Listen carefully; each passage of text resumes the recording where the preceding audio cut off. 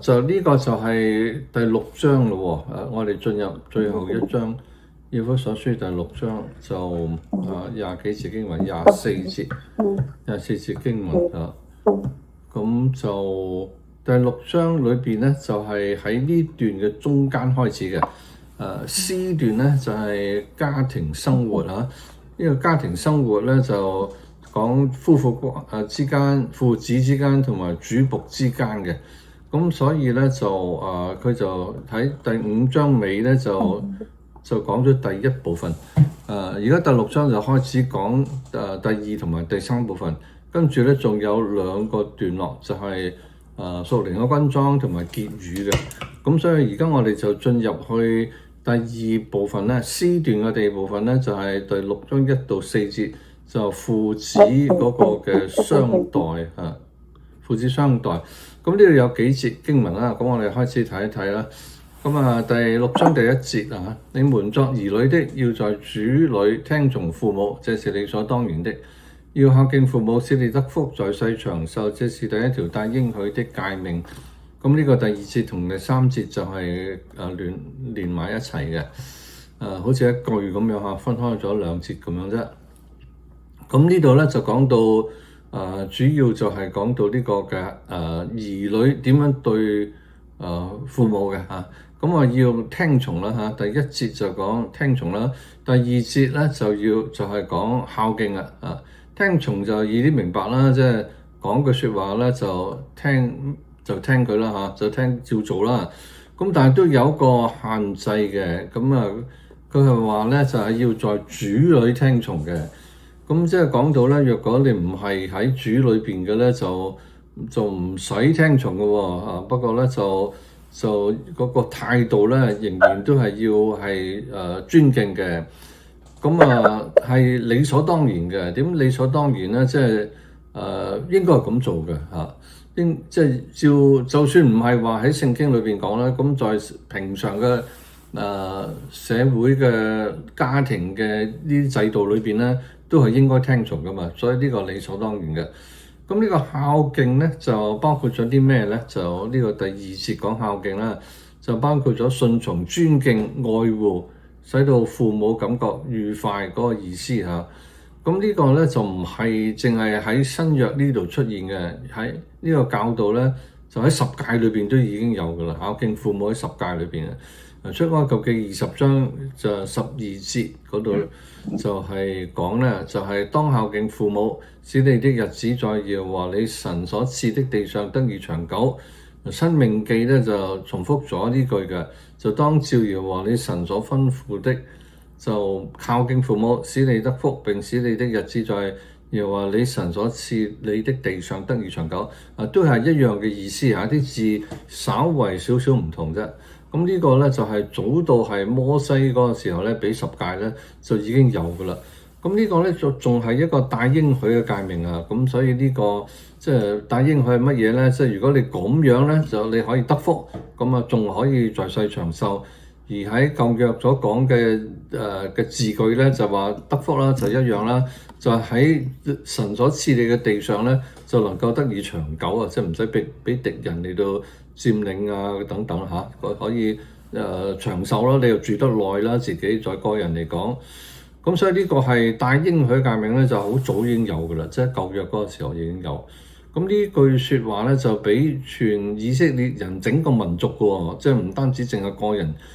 個人都係都有嘅，但係亦都係俾整個民族，即係話成個民族即係兒女都係應該孝敬父母嘅。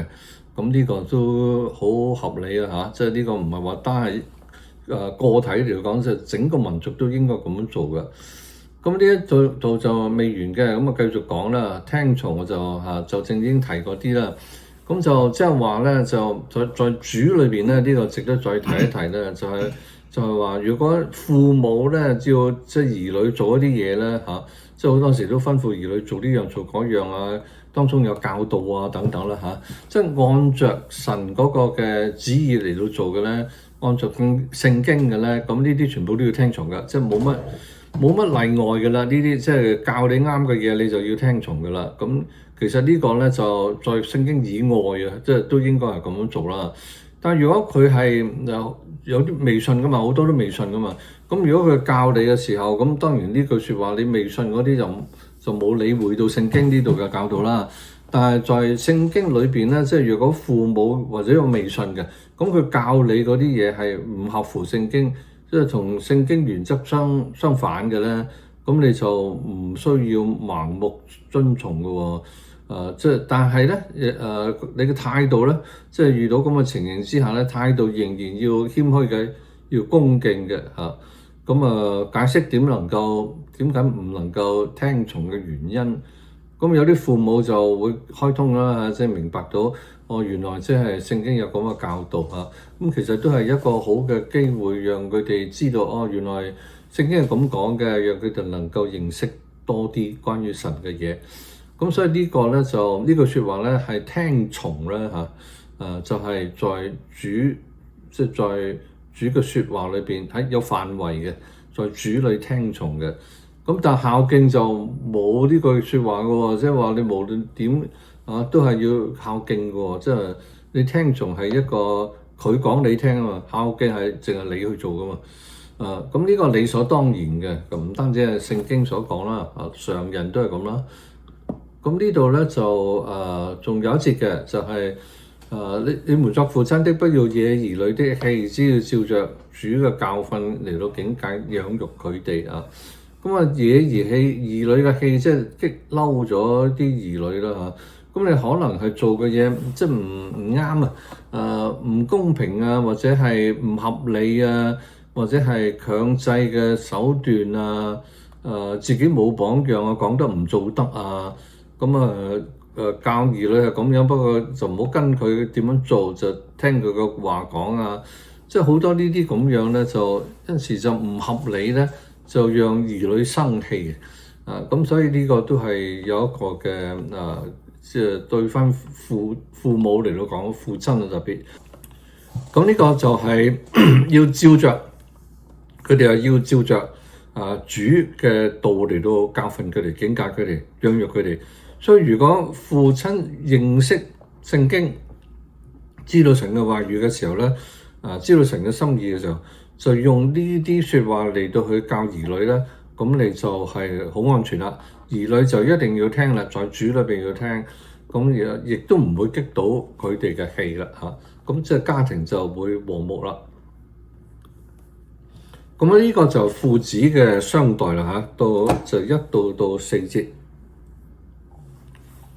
有冇問題啊？好啦，冇咧，我哋繼續落去再睇一睇先嚇。就主僕嘅相待啦，即係主人同僕人。主人僕人就嗰陣時咧就有奴隸啊嘛。即係講緊呢個羅馬帝國嘅時候咧，就有奴隸制嘅嚇。咁即係有主人，佢係就 own 咗嗰啲僕人嘅，即係僕人係屬於主人嘅喎。咁即係話乜就你要做乜㗎啦。如果你有犯錯，咁可以懲罰啲僕人啦嚇。如果係犯啲好重嘅錯咧，甚至早期咧都係可以殺咗呢啲僕人都得嘅喎。即係佢在法律上都唔使負咩責任，就後來就改有變更。咁所以主人咧就幾大權嘅，就即係管住晒嗰啲僕人咧。咁如果遇着一個苛刻嘅主人咧，都幾麻煩㗎嚇。第6章第5節咧就講下：你們作僕人的要懼怕戰兢，用誠實的心聽從你們肉身嘅主人，好似聽從基督一般。雖然有好惡死嘅主人啦，咁亦都有啲比較順攤啲嘅主人嘅嚇，咁亦都有啲唔好嘅僕人啦，咁有啲好嘅僕人啦，咁即係好多種嘅組合嘅係嘛？咁所以亦都有啲咧信咗嘅喎，咁有啲僕人信咗，或者有啲主人信咗等等嚇，咁所以呢個有好多類型咯嚇。咁又唔好懼怕戰兢。咁通常嚟講，因為主人係有晒所有權勢、權柄，甚至係懲罰啊，甚至到最後可以生殺之權嚇。咁所以主人係有晒嗰啲權力喺度，咁你梗係要懼怕嘅，梗係會懼怕。但係呢度唔單止係講呢啲嘅，即係講到係做事嗰個態度咧係懼怕。懼怕點解會懼怕咧？就驚住會做錯啦嚇，或者係失責啦。做嗰個時候咧就或者係做唔到主人嘅要求啦。咁所以呢啲都要咁樣嘅工作態度啊。咁你就唔會即係會好謹慎咧，做嘢就會做得好啦嚇。同埋咧用誠實嘅心啊，即係呢個係重要啦。尤其是僕人對主人咧，即係做事咧就係應該誠實嘅，唔好呃騙啊咁樣。咁啊應該係忠心誠實嚟到做好一件事。咁呢個就係呢個教導啦。咁今天嚟講咧，咁我哋又冇主人僕人呢啲咁嘅嘢咧。可能你話我請一個 maid 翻嚟啊嚇，譬如香港嗰度有好多噶嘛嚇，就算喺加拿大都可能有少少啦。請一個 maid 翻嚟，咁呢個僕人都算係僕人主人嘅關係啦。就算我哋而家去工作啊，嗰啲老闆啊都可以講係主人啦嚇。咁所以我哋都係用同一個態度啦，即係呢個原則問題。即係盡責嚟到去做啦，所以有呢個懼怕戰驚嘅心，驚住做得唔好咯，同埋要誠實嚟到做事啦嚇。咁所以呢啲咧都係即係應用在今天一樣用得着㗎。咁佢呢度講咧就最後嗰句咧就講，好像聽從基督一般喎。咁嘅意思咧就唔係話當呢個主人咧係基督，當耶穌嚟到。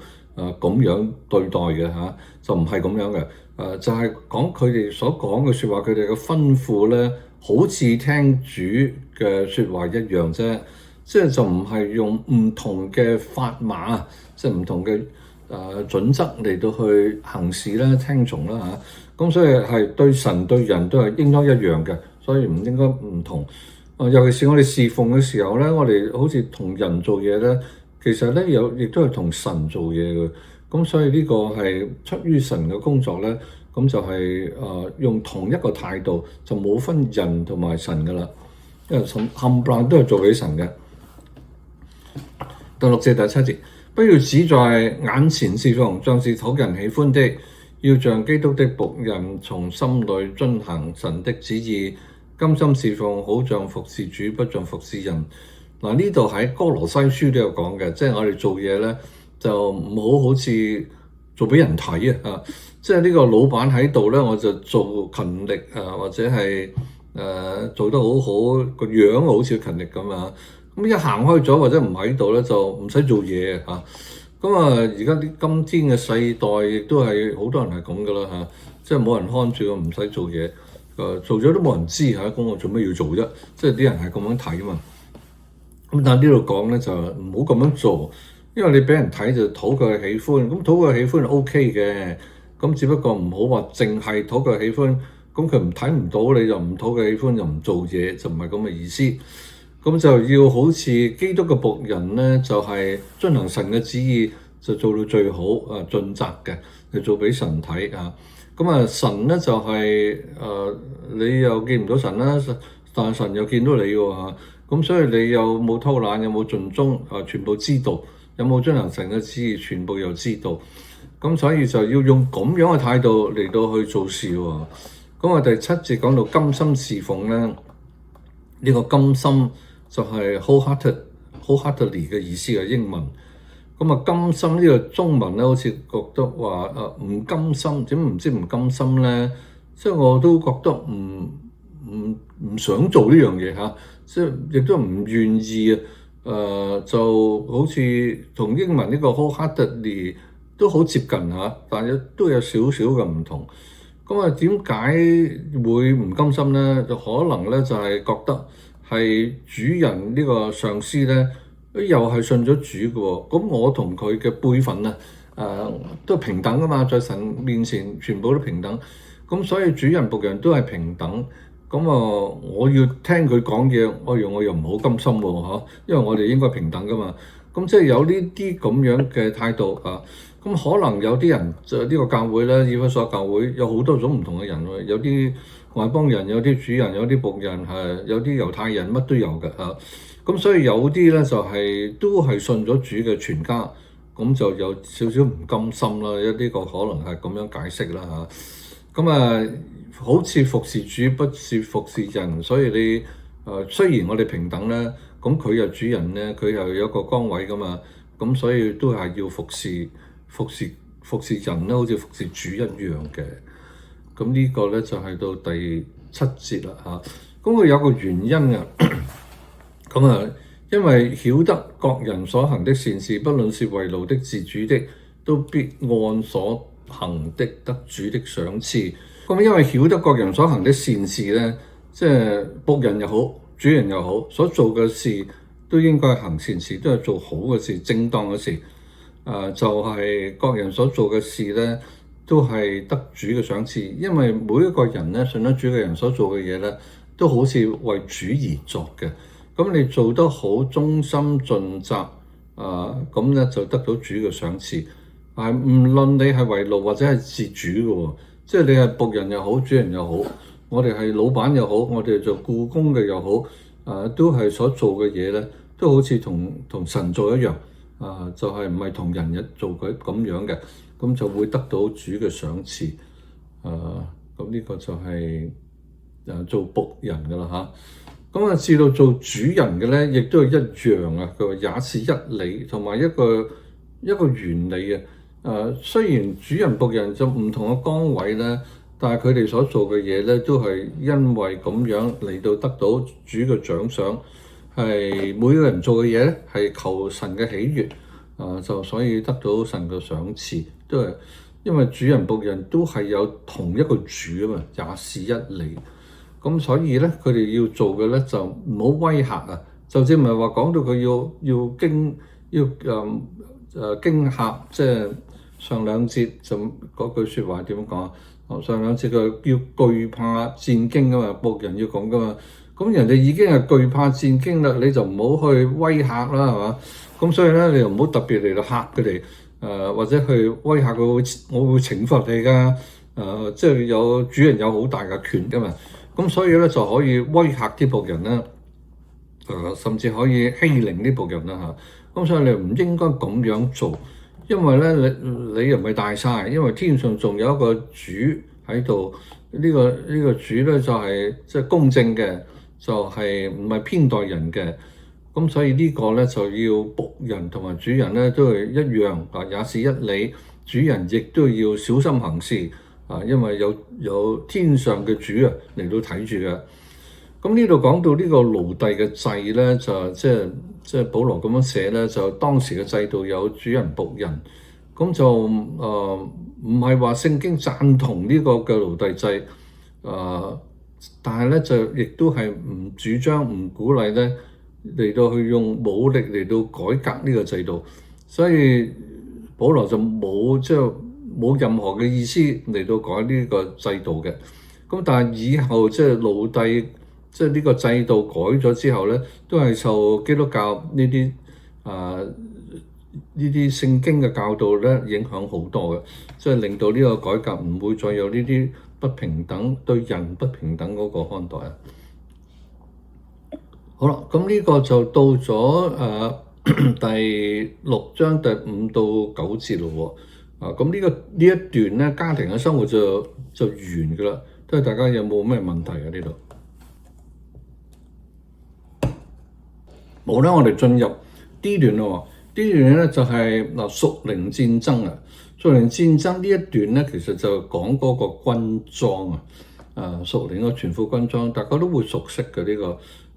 成日都會提到，亦都會一定聽過。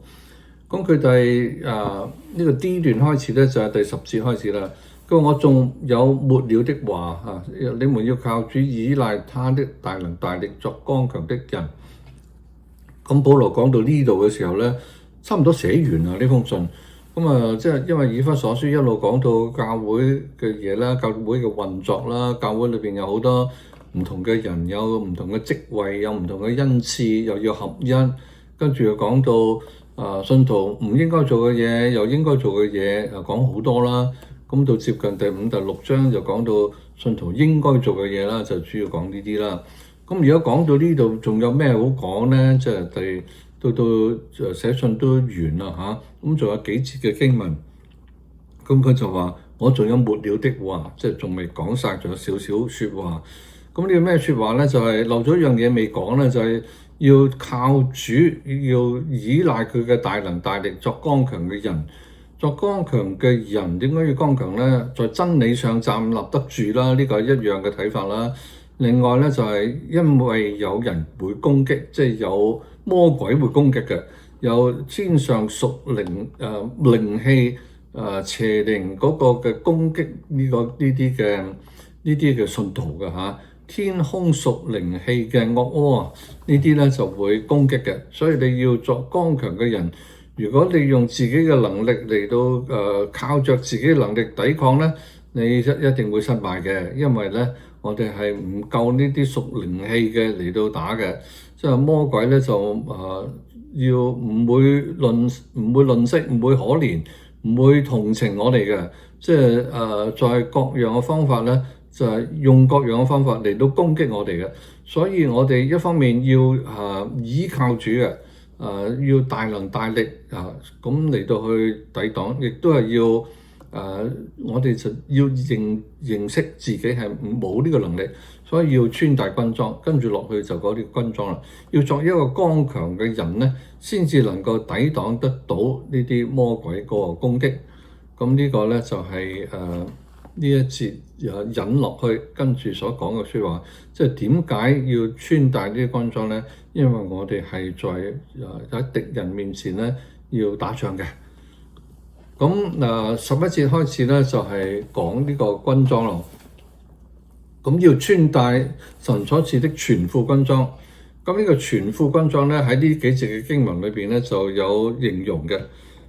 即係呢個軍裝裏邊有啲咩嘢咧？即係而家我哋咁樣諗咧，即係對當時又冇槍炮嚇，咁你梗係着盔甲㗎啦嚇，要保護自己咧一方面，另一方面要攻擊對方嘅。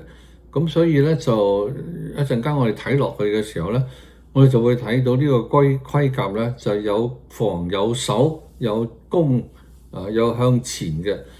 去有即係樣樣都有晒嘅，咁呢個就主要咧就係抵擋魔鬼嘅詭計嚇，因為魔鬼咧就用各樣唔同嘅詭計咧嚟到攻擊我哋嘅，咁呢個全副軍裝先至抵擋得住啊！咁如果我哋冇呢個軍裝咧，咁你即係自己憑着自己冇穿軍裝冇保護嚟到同魔鬼打仗咧，咁你就一定輸實㗎啦。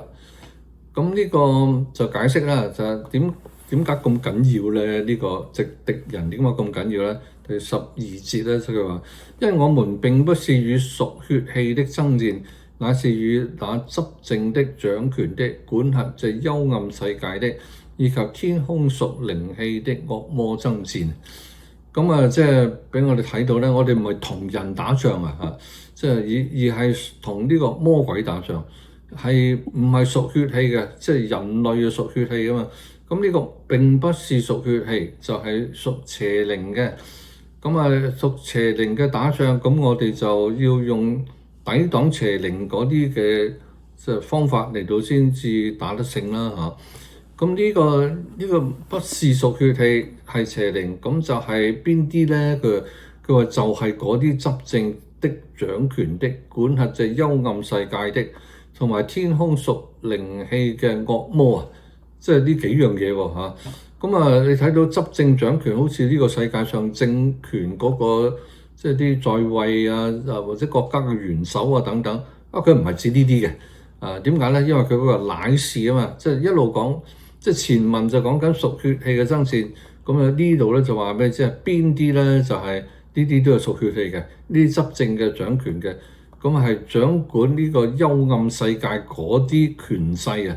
即係嗰挺嘢嚇，咁嗰啲咧就係會用各種唔同嘅方法咧嚟到去攻擊嘅，係屬呢個嘅邪靈嘅方法嚇，同埋各種嘅詭計咧嚟到去攻擊神嗰啲信徒嘅，咁所以咧就需要特別提防，因為唔係同屬血氣嚟到打仗，咁你用血氣嚟到去抵抗咧，你就係唔夠佢打嘅。咁呢個就講定點解啦嚇。所以要穿戴軍裝，點解要穿戴咧？因為你係同魔鬼爭戰。咁啊，第13節開始咧就係繼續講咧呢個全副軍裝啦。所以要拿起神所賜的全副軍裝，好在磨難的日子嚟到抵擋仇敵，並且成就了一切，還能站立得住。咁呢個磨難的日子啊，咁啊英文就係 the evil day 啊，咁就係evil day 就係一個受試煉嘅日子啦。呢個嘅邪惡嘅世代，現今邪惡嘅世代，每一日咧都可以講話係 evil day 喎。因為我哋係每一日其實咧都受到魔鬼嘅引誘、試探同埋攻擊嘅，咁亦都可以指到末世嘅大災難嚇。咁所以呢個係可能係以各人都不同啊嚇。今日你受魔鬼嘅試探引誘嚇，咁你受佢攻擊，咁呢個就你想面對嗰個磨難嘅日子啦。可能對另外一個人又唔同啦嚇。但對各人咧都係末世咧，呢個大災難臨到嘅時候咧，你都會受到呢個咁嘅攻擊嘅嚇。咁所以你要穿戴呢個軍裝咧，就抵擋仇敵嚇，並且成就了一切，還能站得住。成就一切即係能夠抵擋得成功啦，仲可以企得翻起身嘅，唔係俾佢打低咗嘅嚇，即係咁意思嚇。咁呢個就係即係解釋一輪先，咁然後咧先至進入去呢個屬靈嘅軍裝嚇。咁呢個魔鬼同埋佢嘅屬下咧，被稱為呢個管轄呢個幽暗嘅世界。咁就喺呢個約翰一書5章19節嗰度有講啊，嗰度話咧，我們知道我們是屬神的，全世界都臥在那惡者手下。所以現今呢個世界咧，其實而家我哋活喺呢度嘅世界咧，都係即係呢個世界嘅王啊！即係聖經都有講到呢個世界嘅王就係管轄咗呢個世界嘅。當然神嘅權柄仍然喺度啦，但係佢係可以有呢個權力管轄呢個世界，直至到將來咧，神要審判嘅時候咧，就會將呢個權咧攞翻嚟咧，就將呢個魔鬼打入地獄嘅。咁所以暫時喺呢個時候咧，就係魔鬼咧管轄呢個世界啊。咁啊，第14節開始咧就講呢個嘅屬靈嘅軍裝裏邊有啲乜嘢咯嚇。咁啊，佢有一個對比嘅，咁就譬如話呢一節咧嚇，真理咧就同束腰呢個對比嘅嚇。咁我讀一讀呢節聖經嚇，第6章第14節。所以要站穩了，用真理當作帶子束腰，用公義當作護心鏡遮胸。咁呢度有兩樣嘅嘢啦嚇。咁啊，第一樣咧就係真理啦，就真理；另外一樣咧就係公義啊。咁啊，真理佢話好似一條帶咁樣嚟到束住腰。咁啊，公義咧好似一個護心鏡。以前啲人打仗即係喺戰場上面用刀、用槍、用矛啊呢啲咁打仗咧，就有一個護心鏡喺嗰個胸前咧，就保護住即係重要嘅部位噶嘛，就保護個心啊嘛，所以叫做護心鏡。咁你一劍吉過嚟咧，護心鏡就擋開咗，咁就唔會吉到心啊。心係最重要嘅地方嚇。咁呢個就咁，所以呢兩樣嘢都係重要嚇。就真理同埋公義嚇。真理咧就係神嘅話語啦嚇。咁呢個咧就係能夠用嚟做咩咧？佢話束腰。點解束腰咧？束腰咧就通常我哋用皮帶啦，而家係咪？或者用一條帶啦，用繩啦，即係用唔同呢啲咁樣啦。佢話用真理嚟束腰。咁因為如果你束咗腰嘅時候咧，你就會容易發力嘅。你即係唔束腰，好似鬆鬆散散咁樣，就好難嚟到去好難打仗，好難做事。咁如果做事都難啦嚇，咁打仗更加難啦嚇。咁所以要束實。咁你就變咗有即係能夠有力量可以發出力量啊！咁啊束腰呢個係重要啦。咁呢個嘅咩意思咧？即係用真理嚟到去束腰啊，即係綁住啊，即係受佢個控制。即係個唔係話任意妄為，係用真理嚟到去約束住我哋嘅做事嘅。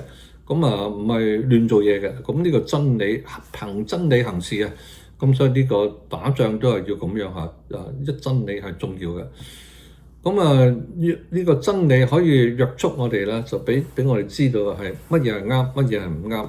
咁啊，對信徒嚟到信服真理咧，我哋就係要用呢一樣嘢嚟到去做打仗嘅第一課嚇。即係我哋識咗點樣信服真理，按着真理行事，你先可以打贏呢場仗。如果你自己根本不按真理行事，你同魔鬼打仗喎，你已經係入咗人哋嗰個陣營嗰度啦。咁所以呢個咧就講到真理嚟到去束腰，所以我哋行事打仗都係要有憑真理行事嘅。咁呢個係16節嘅頭嗰半節。咁跟住後邊嗰半節咧就講到用公義嘅護心鏡遮胸。咁呢個胸就係保護個心啦嚇，即係個心嘅意思啦。咁啊主要係保護個心。咁呢個公義咧就係我哋要常行公義、愛公義、主持公義。我哋嘅行事為人就係以公義為本啊，為基礎，不貪不義，要唔好俾魔鬼留地步，要保護個心啊。咁啊，公義都係由心而出啦。你要做事，你要知道由心支配咗嚟去點樣諗啊等等嚇。咁啊，以公義嚟到去引導我哋做事，就唔好俾魔鬼留地步。讓佢有機會嚟到攻擊我哋啦，又要靠住呢個嘅神所俾嘅公義嚟到勝過魔鬼嘅控告。點解會有控告咧？即係好多時我哋會諗到哇！你犯咁多嘅罪嚇，咁魔鬼去控告我哋喎，你又犯呢樣罪，又犯嗰樣嘅罪，你根本都唔配做耶穌嘅門徒啊！我哋又即係攞住呢個公義嘅神俾我哋嘅義。呢個因信稱義已經勝過晒呢啲一切嘅，我哋嘅罪都俾耶穌嘅寶血洗乾淨，所以我哋係唔使驚嘅，唔使怕呢啲控告，因為我哋已經係無罪嘅，在神嘅面前。咁重要咧，就係攞嚟就保護個心咧向前進嗰陣時同敵人打仗嘅。就你冇即係唔係話諗住敵人去咗後邊咧？敵人喺前邊嚟到攻擊你咧，咁你就用呢個喺前邊嘅護心鏡咧嚟到向前邊嚟到打嘅，就唔係為逃跑嘅。我哋打仗嘅時候向前邊進攻嘅，就唔好打到要逃避咧，咁背後就俾敵人嚟到去攻擊到。咁呢個頭兩樣嘅呢個嘅屬靈嘅軍裝。咁跟住咧15節咧。就講到第三樣咯，第三樣咧就係平安嘅福音，就當作預備走路嘅鞋穿在腳上。咁呢度即係福音變咗鞋㗎，都好奇怪啊！福音點變咗鞋咧？有咩意思咧？咁即係講咧，佢就可能屬靈嘅意思咧，都有呢幾種啦嚇。咁你腳上邊嘅鞋就係你會行嘅路啦嘛，係嘛？咁你穿着福音嘅鞋咧，即係你唔會走落惡路上邊啦。咁你梗係走喺正當嘅路啦嚇。你啱着咗新鞋，你都唔會踩去田野啲泥濘嗰度啦嚇。咁所以平安嘅福音咧，引導你走上正義嘅路上邊啦。咁啊，梗係將傳福音嘅鞋，梗係要用翻嚟做傳福音啦，係嘛？呢個大使命嚟㗎嘛。咁所以呢個就穿咗福音嘅鞋咧，就應該走上傳福音嘅路上，同埋去傳福音啦。咁呢個福音咧就係攻擊敵人嘅，好似傳福音好似有咩關係啊？同攻擊敵人，其實傳福音咧就將魔鬼陣營嘅人咧就搶過嚟呢邊帶過嚟嘅，咁就即係將敵軍咧就削弱嘅。咁魔鬼咧就梗係唔想我哋傳福音啦，咁所以着咗傳福音嘅鞋咧，就係攻擊魔鬼嘅另外一種嘅方法啦。咁第16節咯，呢個第4樣啦嚇。第4樣咧就係藤牌啊，藤牌就好有用嘅嚇。咁你人哋攞槍攞刀嚟到攻擊你咧，咁你就唔擋得咁多咧，就用個藤牌咧匿咗藤牌後邊咧，你就可以避一避啦嚇，就唔怕啦。咁如果惡者啦用火箭啊，唔單止射箭，仲點着火嘅咧，咁你就更加可以匿喺藤牌後邊啦。咁第16節咧就此外又拿着信德當作藤牌，可以滅盡那惡者一切的火箭。咁呢個信德係咩嚟咧？信心德行啦嚇，即係有信心又有信心又有行為啦。咁所有一切好嘅事咧，你憑着信心做好嘅事咧，咁呢個都係成為你嘅藤牌啦。咁就可以就滅盡惡者嘅火箭。箭已經好犀利啦，仲要點着火咧，咁就一射到過嚟，唔單止傷人咧，仲要燒毀咗敵人嗰啲嘅設備啊，搞到好混亂啊嚇，造成更大嘅破壞嚇。咁所以呢度可以指到魔鬼攻擊唔單止攻擊個人啊，佢話帶咗呢個火咧就可以攻擊埋教會啊，攻擊你個組織啊，所以係十分危險嘅嘢嚇，使人嘅信心搖動啊，產生好多嘅疑惑啊等等嚇。咁所以呢個火箭咧就有呢啲咁樣嘅作用啦嚇。咁你攞住呢個藤牌咧嚟到擋住呢啲啊，繼續有信心，繼續就做好多好嘅侍奉嚟到去抵擋，就唔好俾呢啲疑惑嚟到去傷害教會，傷害我哋嚇。咁要即係呢啲火箭咧係靠呢啲繼續有信心，繼續做德行嚟到去抵擋嘅。咁呢個第4樣啦。咁第17節咧就係講到呢個嘅第5樣咧，就係頭盔啦，並戴上救恩嘅頭盔，拿着聖靈嘅寶劍，就是神的道。咁頭盔心重要啦，就算講到啊，心重要，咁頭盔都重要喎。咁你傷個頭都唔得掂啦嚇，就算今天嘅打仗咧，都仲係要戴頭盔噶嘛。子彈啊等等嚇，咁你呢個頭盔就保護個頭嘅。咁呢個2樣嘅嘢啦嚇。咁呢個第5啦，第6咧就拿着聖靈嘅寶劍啊，呢個就係神的道啊。聖靈嘅寶劍就可以刺開啲嘢㗎嚇。聖靈嘅話就好似寶劍嘅一樣。咁呢個就係原來就係神的道啊嚇。咁呢個緊要啦。頭盔就係保護人嘅頭啦，咁所以咧就你傷咗頭咧，你全身都做唔到嘢啦，咁所以係要保護。咁救恩就保護全身。若果我哋冇救恩嘅話，你根本就係都唔屬神嘅人啊。咁所以呢個頭盔你話緊唔緊要咧？咁所以你先有致命嘅嘛呢個，咁你得到呢個救恩咧，咁你就能夠係保護到最重要嘅部分啊。咁有咗救恩，你能夠使我哋脫離死亡，咁我哋係屬於神呢邊，就脫離咗魔鬼嗰邊。呢個陣營嘅問題添啊，即係你唔即係直情由魔鬼變咗神嘅兒女嚇。咁聖靈嘅寶劍咧就好明顯啦，寶劍咧唔單止可以防守，仲可以進攻嘅嚇。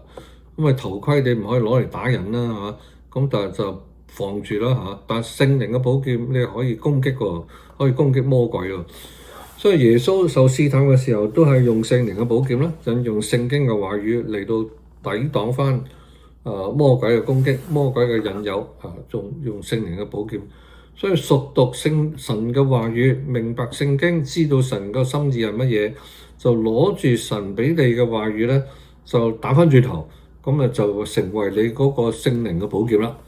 咁所以呢個係可以幫助我哋啦嚇，成為隨時嘅幫助。呢個拿着即係呢個戴上之後仲要拿着，咁即係隨時可以使用嘅。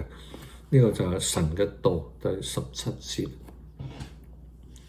咁聖靈咧啱啱先講完聖靈係咪？拿着聖靈嘅寶劍，咁神嘅道，跟住仲有一樣最後一樣咧，呢個係咪第七樣啦？我覺得就一路數落嚟，就18節啦。靠着聖靈，隨時多方禱告祈求，並要在此警醒不倦，為眾聖徒祈求。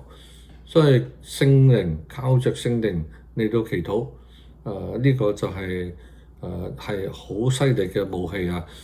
萬能嘅武器啊！因為呢個係直接通去神嗰個渠道，咁你可以靠着聖靈嚟到禱告，就呢個靠着聖靈呢個係重要嘅嚇，嚟到去祈求隨時同埋多方。隨時就係咩意思咧？就係即係咩時候都得，唔使一定規定嘅時候，你可以隨時生活上 anytime 做緊嘢、行緊路、開緊車，都可以，就所以叫做隨時。多方咧就唔同嘅方法，就可以嚟到去祈禱嘅。點樣祈都得嚇，坐喺度又得，企喺度又得，跪低又得，瞓喺度又得。即係用各樣唔同嘅方法嚟到向神講説話，就求神嚟到去幫助。咁喺呢啲時候咧，佢就話要警醒不倦啊！就警醒不倦，即係唔好瞌眼瞓啦嚇。會唔會期下一肚瞓着咗咧？咁可能都會啊嚇。如果你好攰啊，咁又臨瞓之前祈禱啊，咁就期下都瞓着咗。咁我諗好多人都會試過啦嚇。咁呢個就要祈禱啦。咁為咩祈禱咧？咁為好多嘢啦，你有需要啦，為攻擊、為保護自己啦，為攻擊魔鬼啦。咁即係都各樣嘅事情啦。咁佢呢度唔係呢度加上一樣咧，就係唔單止為自己咧，仲為聖徒祈求，即係仲要為別人。咁我哋都有㗎，為別人代禱，有需要嗰啲人啦，為別人代禱。咁但係呢度咧就指到咧就呢個我已經講咗啦嚇，要即係禱告成為一種嘅武器。咁呢度咧就講到唔單止為自己祈求，就要為聖徒祈求。咁保羅喺呢度就再加上一啲代禱啊嚇，就多要求呢啲嘅以弗所教會為佢祈禱啊，為佢祈咩禱咧？就為佢嘅口才祈禱，能以放膽開口講明福音嘅奧秘。因為當時睇埋呢節啦，20節，我為這福音嘅奧秘作了帶鎖鏈的使者，並使我照着當着的本分放膽講論。佢嗰度保羅係坐緊監㗎嘛，寫呢封信，所以又帶着鎖鏈嘅使者。咁即係仲要傳福音喎，坐緊監都可以傳福音，可以寫呢封信，亦都可以有機會嘅時候咧，就喺君王面前嚟到同神做見證嚇。咁所以需要能力嘅，咁能力喺邊度嚟咧？佢話叫當然可以求神俾啦。咁亦都叫以弗所教會啲人咧為佢祈求，使佢有口才，即係講福音嘅時候、做見證嘅時候咧，能夠有口才，並且有放膽啊！即係可能喺君王面前，有啲有勢力嘅人面前，可能失去膽量啦嚇，所以要放膽開口講得明白呢個福音嘅奧秘。福音都唔係容易講㗎嘛，即係你要講得將奧秘講得出嚟。咁呢個奧秘咧，就呢個福音嘅奧秘係舊約嗰陣時候啲人唔知㗎嘛，到新約嗰時候。咁咧呢個奧秘咧就顯明出嚟，咁你要講嘅。咁而家我哋聽咗2000年啦，2000年將福音解釋，到我哋呢個時候就明咗好多啦嘛。但嗰陣時唔明噶嘛，對福音都係唔知道係乜嘢嚟嘅，都好新嘅。咁所以要將福音嘅奧秘嚟到解釋，咁讓佢保羅啦，就能夠係盡佢嘅本分嚟到放膽講論。所以我哋呢度睇到咧，保羅都係謙卑嘅，因為到講傳福音咧，佢應該係相當即係傳得相當好啦，好有經驗啦，同埋傳咗咁多建立教會，帶咗好多人信耶穌，咁所以佢傳福音應該冇乜問題嘅。咁口才亦都有嘅，亦都係夠膽嘅。咁但係都仍然需要求神繼續俾佢有呢個能力去做。咁所以亦都係睇到佢嗰個謙卑嘅。咁到20節咧就講咗呢個嘅屬靈嘅軍裝嚇。咁如果你記得可能問題都有問下，係邊啲嘅軍裝有幾多樣咧？就俾你用嚟抵抗魔鬼嘅咧。好啦，呢度睇下大家有冇咩問題。好啦，冇就繼續落，就21到24啦，就講埋呢兩三節經文。咁呢度就結語啦。結語咧就推介一個人叫做推基古，咁然後最後就有啲祝福嘅説話。咁21節咧就講今有所親愛忠心侍奉主的兄弟推基古，他要把我的事情並我的境況如何，全告訴你們，叫你們知道。我特意打發他到你們那裏去，好叫你們知道我們的光景，又叫他安慰你們的心。咁喺信嘅尾嗰度咧，就提到一個人，呢個人咧就推基古。咁呢度點樣形容佢咧？佢就話所親愛嘅同工，即係一齊傳福音嘅，一齊侍奉嘅。咁呢個人咧就係佢哋嘅以弗所教會嘅人嚟嘅。咁就去到保羅坐緊監嗰度，就幫佢嘅。應該同佢一齊坐監嘅。咁所以係陪住，雖然唔係佢自己唔需要坐監，但係就陪住保羅同佢一齊坐監。咁嗰個時候咧，阿尼西姆大家記得查腓利門書咧，阿尼西姆就係一樣坐監，但阿尼西姆坐監係因為佢偷咗嘢嘛，咁所以咧佢就應該坐監嘅。咁一齊坐監，咁所以咁信咗主啦嚇，咁就被打發咧就去到以弗所教會嗰度嚇。咁呢個嘅推基古咧就應該係將呢封信帶過去噶啦，就因為當時點樣你寫咗封信俾以弗所，咁呢封信點樣拎過去咧？就不如就託呢個推基古拎過去啦。咁佢呢度講到咧，就推基古有一個任務咧，就係他要把我的事情並我的境況如何告訴你們，叫你們知道。咁推基古嘅責任同任務就將保羅坐監嘅情形咧，就全部話晒以弗所教會啲人知。咁等佢哋咧就知道，就唔使擔心。並且就我特意打發他到你們那裏去，好叫你們知道我的光景，又叫他安慰你們的心，即係唔使擔心保羅坐監嘅情況。佢都喺呢度 OK， 又可以寫信就安慰佢哋嘅。咁所以呢一個咧就係推基古嗰個任務啦。咁喺哥羅西書我哋都讀過㗎嚇。咁第4章7到9節咧就咁講啦。有我親愛的兄弟推基古，將我一切的事都告訴你們，他是忠心的執事，和我一同作主的僕人。我特意打發他到你們那裏去，好叫你們知道我們的光景，又叫他安慰你們的心。